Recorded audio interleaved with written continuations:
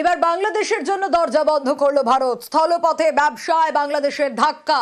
বাংলাদেশকে স্থলপথ দিয়ে ব্যবসায় না, স্থলপথে পোশাক সহ বেশ কিছু জিনিস আমদানি বন্ধ।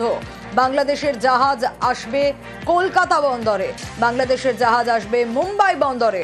উত্তর পূর্ব ভারতের দরজা বন্ধ করলো ভারত।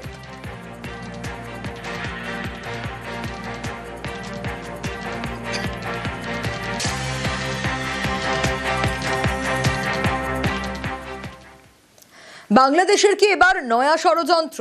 জলপাইগুড়ির সীমান্তবর্তী এলাকার চা বাগান, জঙ্গল, ঝোপে ছড়িয়ে ছিটিয়ে রয়েছে জুতো, বেশিরভাগই নতুন জুতো।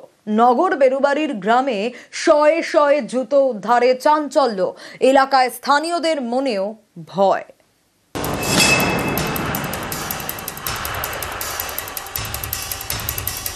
এই দেখুন কত জুতো পড়ে রয়েছে।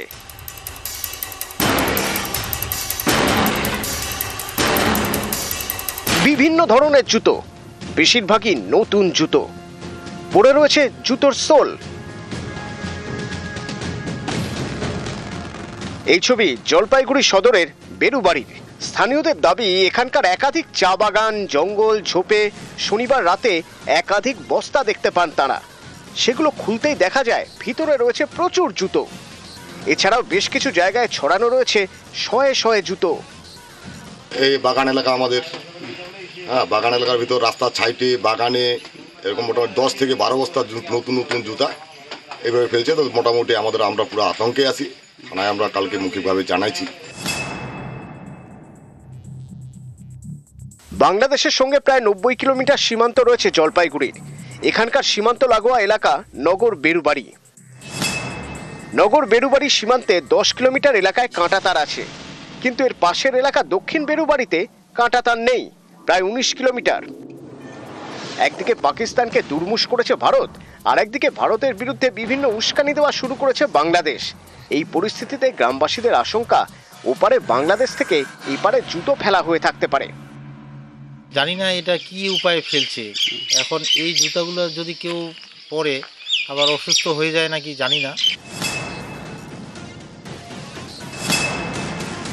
রক্ত না ঝরিয়েও যুদ্ধের প্রচলন আছে। বিভিন্ন জিনিসে ভাইরাস বা বিষাক্ত পদার্থ মিশিয়ে নির্দিষ্ট এলাকায় ছড়িয়ে দেওয়া যায়। একে বায়ো ওয়ার বা জৈবিক যুদ্ধ বলা হয়। জলপাইগুড়ির গ্রামে উদ্ধার হওয়া জুতো দেখে স্থানীয়দের আশঙ্কা, জুতোগুলোতে ভাইরাস থাকতে পারে। এই জুতোগুলো পড়ে থাকার বিষয়ে তারা পুলিশকে জানিয়েছেন। জলপাইগুড়ি থেকে শান্তনু কর, নিউজ 18 বাংলা। নিউজ